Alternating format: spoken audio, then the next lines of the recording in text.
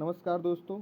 अभी तक के जीव विज्ञान के क्लास में हमने कोशिका के अंगों में कोशिका भित्ति को देखा कि किस तरीके से वह पौधों में पाए जाते हैं, जीवों में नहीं पाए जाते हैं। माइटोकांड्रिया के बारे में देखा, अल्टमैन ने इसकी खोज की, बेंडा ने इसको माइटोकांड्रिया का नाम दिया और किस तरीके से माइटोकांड्रिया को कोशिका का शक्ति केंद्र कहते हैं। उसके बाद हमने गाल्जी काय को देखा कि किस तरह इसको गाल्जी काय के क्या क्रियाएं हैं, उसे किस तरीके से यातायात प्रबंधन कहते हैं। अब उसी में कुछ और भाग हैं जैसे राइबोसोम, लाइसोसोम, हरित लवक, इन सब के बारे में हम लोग विस्तृत रूप से देखेंगे और कोशिका विभाजन के बारे में देखेंगे। समसूत्री, अर्धसूत्री, समसूत्री विभाजन कायिक कोशिका में होता है, ये जो है कायिक कोशिका में होता है। अर्धसूत्री विभाजन जनन कोशिका में होता है। तो इन सब के बारे में हम लोग विस्तृत रूप से अध्ययन करेंगे आने वाले प्रश्नों में, उस क्लासों में। उसके बाद हम मानव के बारे में देखेंगे, मानव के अंगों के बारे में विशेष रूप से अध्ययन करेंगे। एक बात तो सत्य है कि आप लोग निश्चित रूप तौर पे बहुत मेहनती और वर्तमान समय में बहुत अच्छी तरीके से तैयारी कर रहे होंगे। इस ग्रुप में लगभग 400 प्लस लोग हैं, लेकिन वीडियो को केवल 100 लोग, 50 लोग, 70 लोग देखते हैं। इसका मतलब ये है कि वीडियो डालना शायद सही नहीं है। आप लोग उसी पुराने धर्रा पे जीना चाहते हैं कि आपको बस मटेरियल दे दिया जाए, आप एक बंद कमरे में रख दें और बस देखते रहें, पढ़ते रहें। ये मुहिम इसलिए चलाई गई थी कि आप पर डे जानबूझकर ये क्लास मैक्सिमम 30 मिनट की ही बनाई जाती है कि आप जब चाहें, चाहे फॉरवर्ड करके अगर पढ़े हों या जिस तरीके से, तो इसका रिवीजन देख सकें और कुछ चीज़ें जो आपको नहीं है और जो आ रही हैं उसको आप कंठस्थ कर सकें। अगर केवल मटेरियल ही प्रोवाइड कराना था तो बहुत संस्थान दे रहे हैं, आप देख ही रहे हैं, और मटेरियल प्रोवाइड करा के आसानी से आपको बढ़ाया जा सकता है। लेकिन वीडियो बनाना यह था कि आप उसमें कई बारीकियाँ भी वीडियो में बताई जाती हैं, उसको आप देखें। अब इसमें इस चीज़ में दो बातें हैं, आज हम जानबूझकर इस पर चर्चा करेंगे क्योंकि हमने कल देखा, परसों देखा कि उसमें बहुत कम सीन कर रहे हैं। या तो आप लोगों को वीडियो लेक्चर समझ में नहीं आ रहे हैं और या तो आप लोग बहुत ज़्यादा जानकार हैं। अगर वीडियो लेक्चर आपको समझ में नहीं आ रहा है तो आपसे बेकार कोई नहीं है। आप जिसमें बैच लिए, आपने कहीं कोई कंप्लेन अभी तक ऐसी कुछ नहीं कर रहे हैं कि आपको चीज़ें नहीं समझ में आ रही हैं। आप लोग खुद निष्क्रिय हैं इस मामले में कि आपको बस पढ़ाते जाए, कोई वही धारणा है। अगर आपको कोई कमियां लगती है तो आप अपने गाइडर, मेंटर नंबर जो है उससे बता सकते हैं कि सर यहाँ कमियां हैं। ठीक है, आप भी पढ़े हैं, पैसे दिए, पैसे कोई मतलब नहीं है, सामने वाला पढ़ा रहा है, नहीं समझ में आ रहा है, और या तो आप बहुत ज़्यादा बुद्धिमान है, बहुत ज़्यादा आपको आ रहा है, आपको वीडियो की ज़रूरत नहीं है, बस PDF है, अपना देखते चले जा रहे हैं।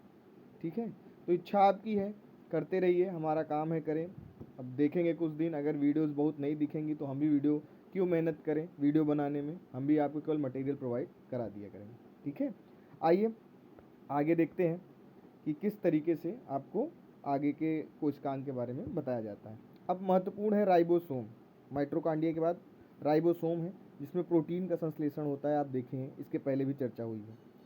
तो जालिका की झिल्लियों की सतह पर सटे होते हैं या फिर अकेले या गुच्छों में कोशिका द्रव्य में बिखरे रहते हैं। कौन? राइबोसोम। जब हमने ऊपर केंद्रक पढ़ाया था कोशिका, तो उसमें दिखाया था कि राइबोसोम कैसे हैं, इसी PDF में है।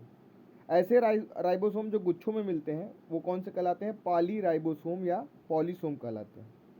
ये रचनाएं प्रोटीन और RNA की बनी होती है। ये कई एग्जाम में पूछे गए हैं कि राइबोसोम किसकी बनी है? प्रोटीन और RNA की।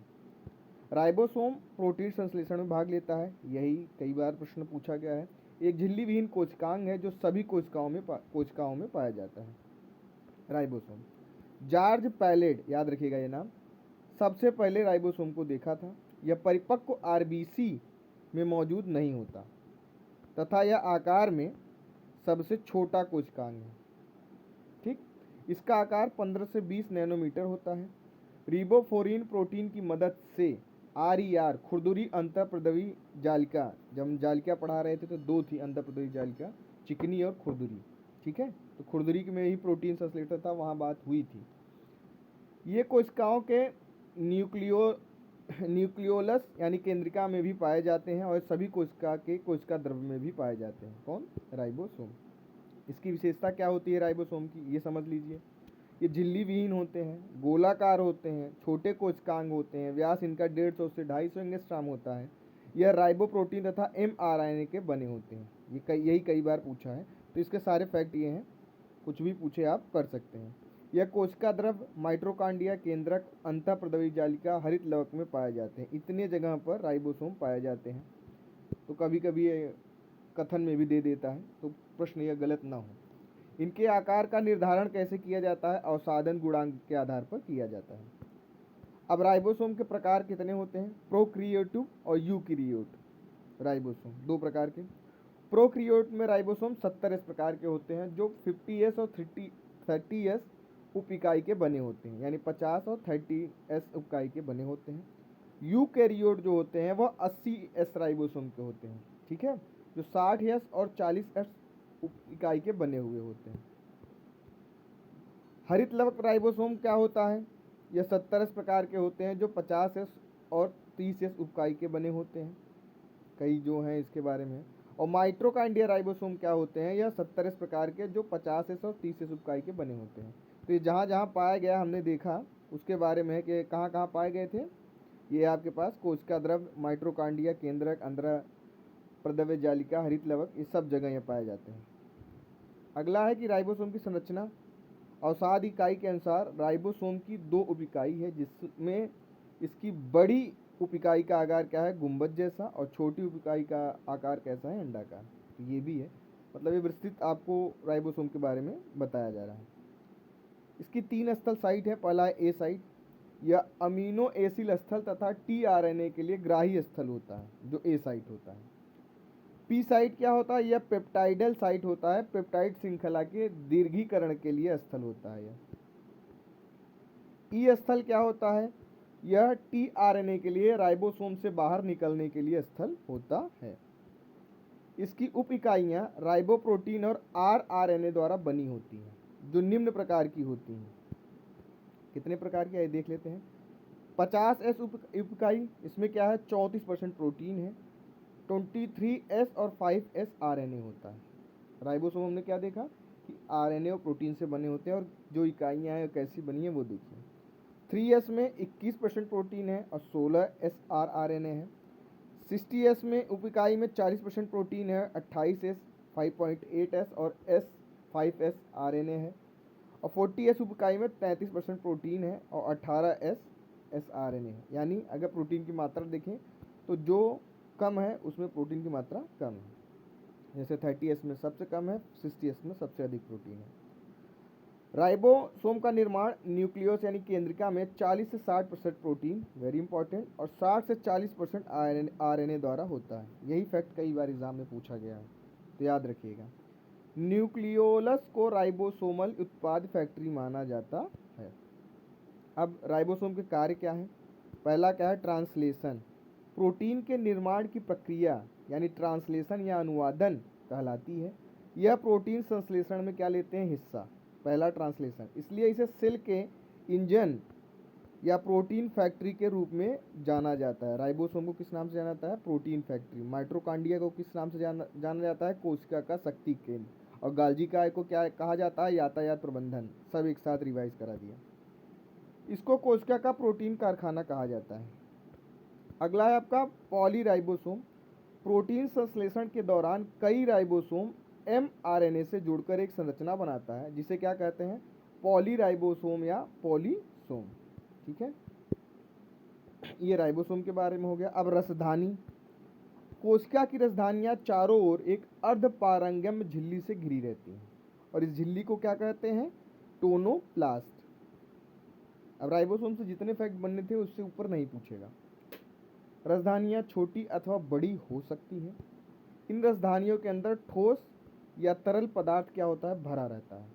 जंतु कोशिकाओं में क्या होता है? ये इंपॉर्टेंट है कि इनकी रसधानियां क्या होती हैं? छोटी, और पादप कोशिकाओं की रसधानियां बड़ी होती हैं।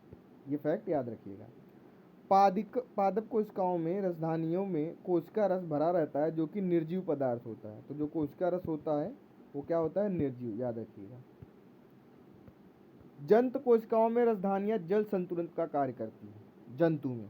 और पादप कोशिका में ये क्या करते हैं? स्फीति तथा कठोरता प्रदान करती हैं। मतलब दोनों में क्रिया अलग अलग है। जंतु में जल संतुलित करती हैं और पादप में दृढ़ता प्रदान करती हैं।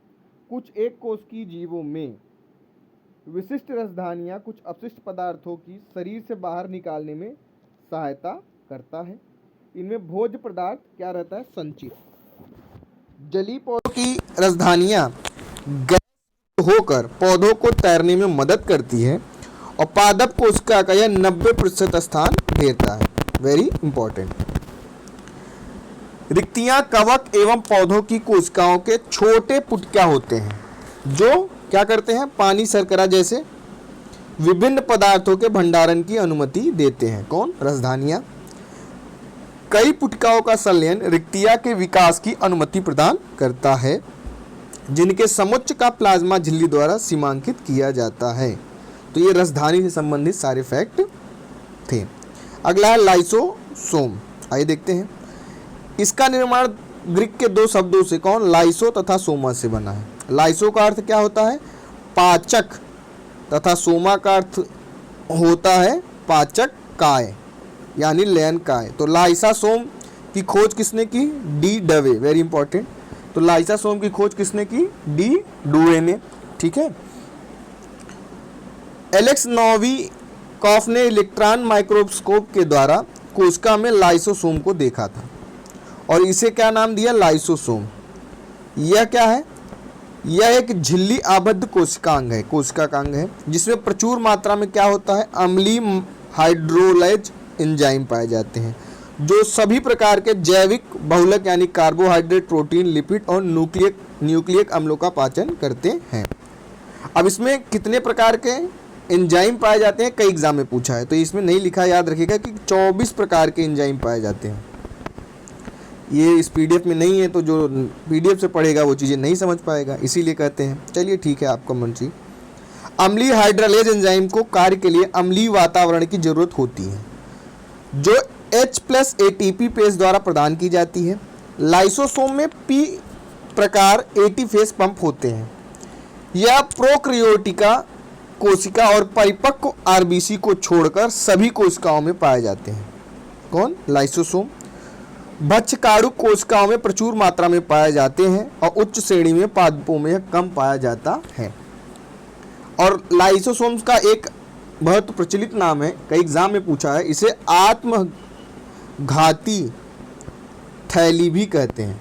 तो आपने कई चीज़ों के उपनाम देखे, गाल्जी काय को देखा, यातायात पुलिस, माइट्रोकांडिया को देखा, कोशिका का शक्ति केंद्र, राइबोसोम को प्रोटीन का संश्लेषण और लाइसोसोम को हमने क्या देखा? आत्मघाती थैली। अब इसका निर्माण कैसे होता है देख लें।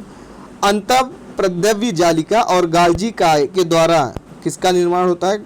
लाइसोसोम का। वेरी इंपॉर्टेंट, कई एग्जाम में पूछा गया है।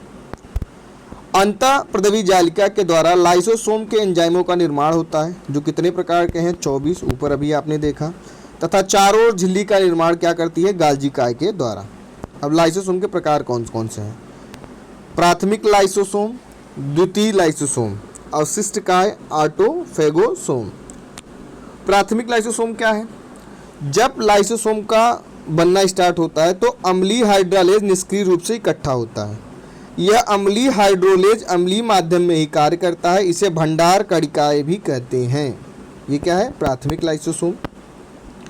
द्वितीयक लाइसोसोम क्या है? यह प्राथमिक लाइसोसोम और फेगासोम या रिक्तियां के संचयन द्वारा बनता है। Very important.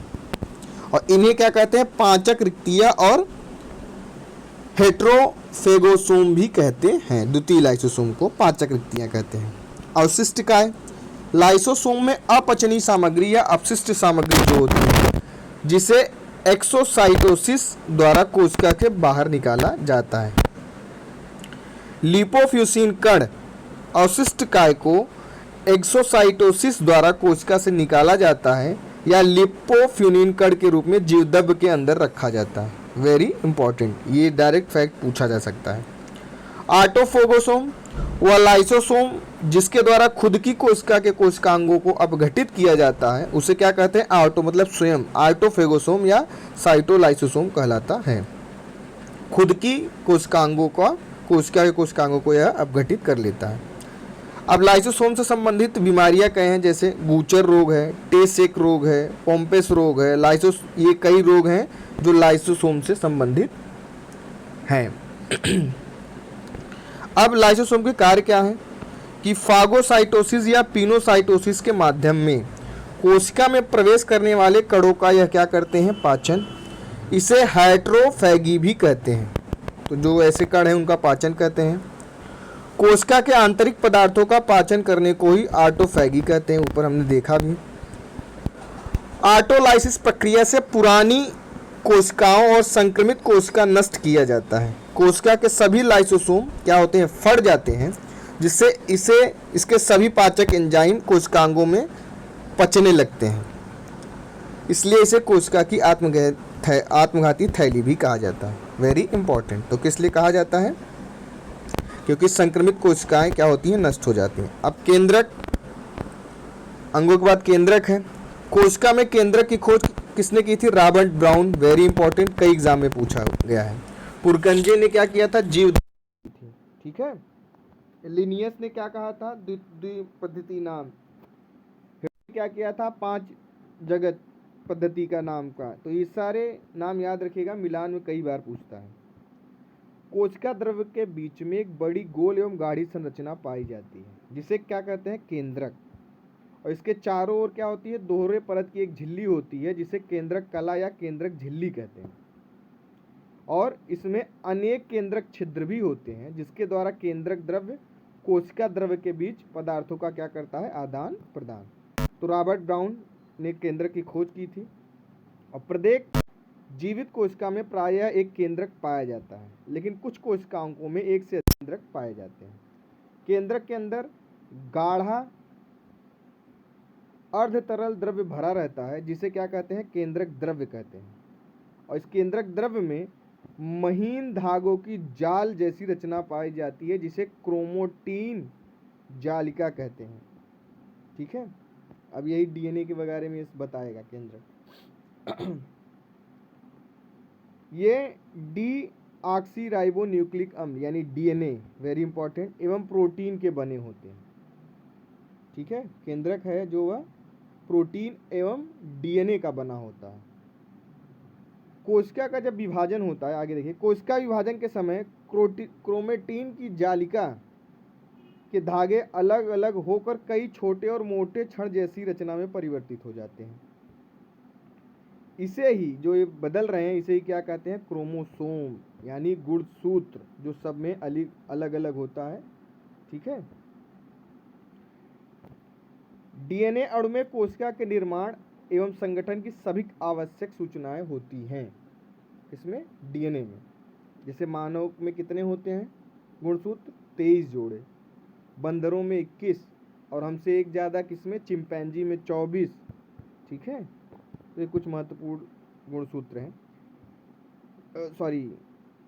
गुणसूत्र ही। डीएनए के क्रियात्मक खंड को जीन कहते हैं। ये कई एग्जाम में पूछा जाता है, तो याद रखिएगा कि जो डीएनए की इकाई है, उसे क्रियात्मक इकाई को क्या कहते हैं, जीन। अतः डीएनए को आनुवांशिक पदार्थ तथा जीन की आनुवांशिक इकाई कहते हैं, ये याद रखिएगा।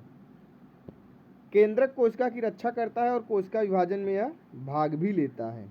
केंद्रक का यह कार्य होता है। यह कोशिका के अंदर संपन्न होने वाले सभी उपापचयी तथा रासायनिक क्रियाओं का भी नियंत्रण करता है। कौन, केंद्रक। यह कुछ जीवों में कोशिकीय जनन में महत्वपूर्ण भूमिका निभाता है। यह कोशिका के विकास एवं परिपक्वन को निर्धारित करता है। यह प्रोटीन संश्लेषण हेतु आवश्यक आरएनए, डीएनए और आरएनए दोनों के हमने देखा। ठीक है। तो आवश्यक आरएनए भी उत्पन्न करता है। एक जो सामान्य कोशिका के केंद्रक में गुणसूत्र क्या होते हैं, वह महीन, लंबे तथा अत्यधिक कुंडलिक धागे के रूप में दिखाई देते हैं। और कोशिका का जब विभाजन होता है तो ये स्पष्ट रूप से दिखाई देने लगते हैं। सामान्यतः गुणसूत्र क्या होता है, क्रोमोसोम बेलनाकार होते हैं और प्रत्येक गुणसूत्र के 3 भाग होते हैं। क्रोमोसोम के 3 भाग होते हैं। कौन कौन से, पेलिकल, गुणसूत्र का जो क्रोमोसोम का सबसे बाहरी आवरण को क्या कहते हैं, पेलिकल, याद रखें। मैट्रिक्स, पेलिकल के द्वारा घिरा हुआ भाग को क्या कहते हैं, मैट्रिक्स कहा जाता है। और तीसरा भाग क्या है, क्रोमेटिडिक्स। मैट्रिक्स में गुणसूत्र की पूरी लंबाई में दो समांतर कुंडली धागों के समान रचना होती है, जिसे क्या कहते हैं, क्रोमेटिड्स या अर्ध गुणसूत्र कहते हैं। और क्रोमेटिड में दो या अधिक अत्यंत महीन क्या होते हैं, कुंडलित धागे के समान रचनाएं होती हैं, और जिसे हम क्या कहते हैं, क्रोमोनीमटा। वेरी इंपॉर्टेंट, ठीक है। प्रत्येक क्रोमेटिड के क्रोमोनीमेटा इतनी अधिक घनिष्ठता से एक दूसरे से संबंध होते हैं कि वह एक ही टाइप के समझ में आते हैं, इतने नज़दीक रहते हैं। और क्रोमेटिड डीएनए एवं हिस्टोन प्रोटीन, ऊपर भी कहीं पढ़ा था हमने हिस्टोन प्रोटीन, तो क्रोमेटिड डीएनए एवं हिस्टोन प्रोटीन का बना हुआ होता है, ठीक है। और गुणसूत्रों के दोनों क्रोमेटिड